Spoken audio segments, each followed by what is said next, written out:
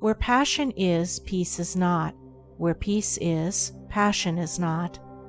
To know this is to master the first letter in the divine language of perfect deeds.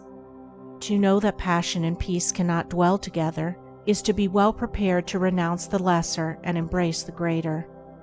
Men pray for peace, yet cling to passion.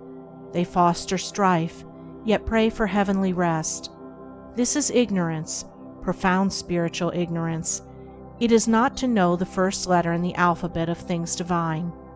Hatred and love, strife and peace, cannot dwell together in the same heart.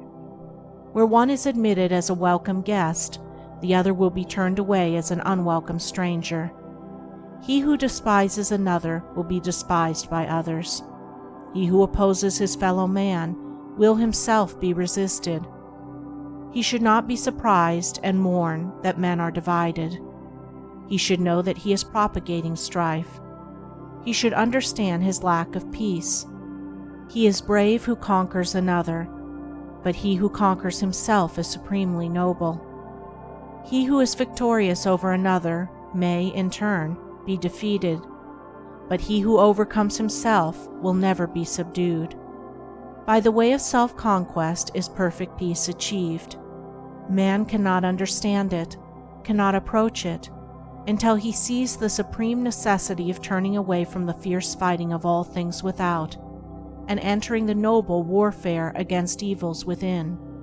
He who has realized that the enemy of the world is within and not without, that his ungoverned thoughts are the source of confusion and strife, that his own unchastened desires are the violators of his peace, and of the peace of the world, such a man is already on the saintly way. If a man has conquered lust and anger, hatred and pride, selfishness and greed, he has conquered the world. He has slain the enemies of peace, and peace remains with him. Peace does not fight, it is not partisan, it has no blatant voice. The triumph of peace is an unassailable silence. He who is overcome by force is not thereby overcome in his heart. He may be a greater enemy than before, but he who is overcome by the spirit of peace is thereby changed at heart. He that was an enemy has become a friend. Force and strife work upon the passions and fears, but love and peace reach and reform the heart. The pure-hearted and wise have peace in their hearts. It enters into their actions. They apply it in their lives. It is more powerful than strife. It conquers where force would fail. Its wings shield the righteous. Under its protection, the harmless are not harmed.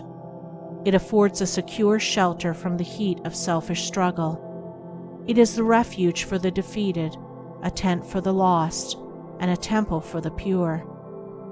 Where peace is practiced and possessed and known, then sin and remorse, grasping and disappointment, craving and temptation, desiring and grieving, all the turbulence and torment of the mind, are left behind in the dark sphere of the self to which they belong, and beyond which they cannot go.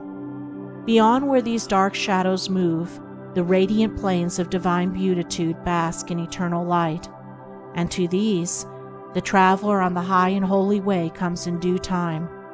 From the blinding swamps of passion, through the thorny forests of many vanities, across the arid deserts of doubt and despair, he travels on, not turning back nor straying from his course. He ever moves toward his sublime destination, until at last he comes, a humble and lowly, yet strong and radiant conqueror, to the beautiful city of peace.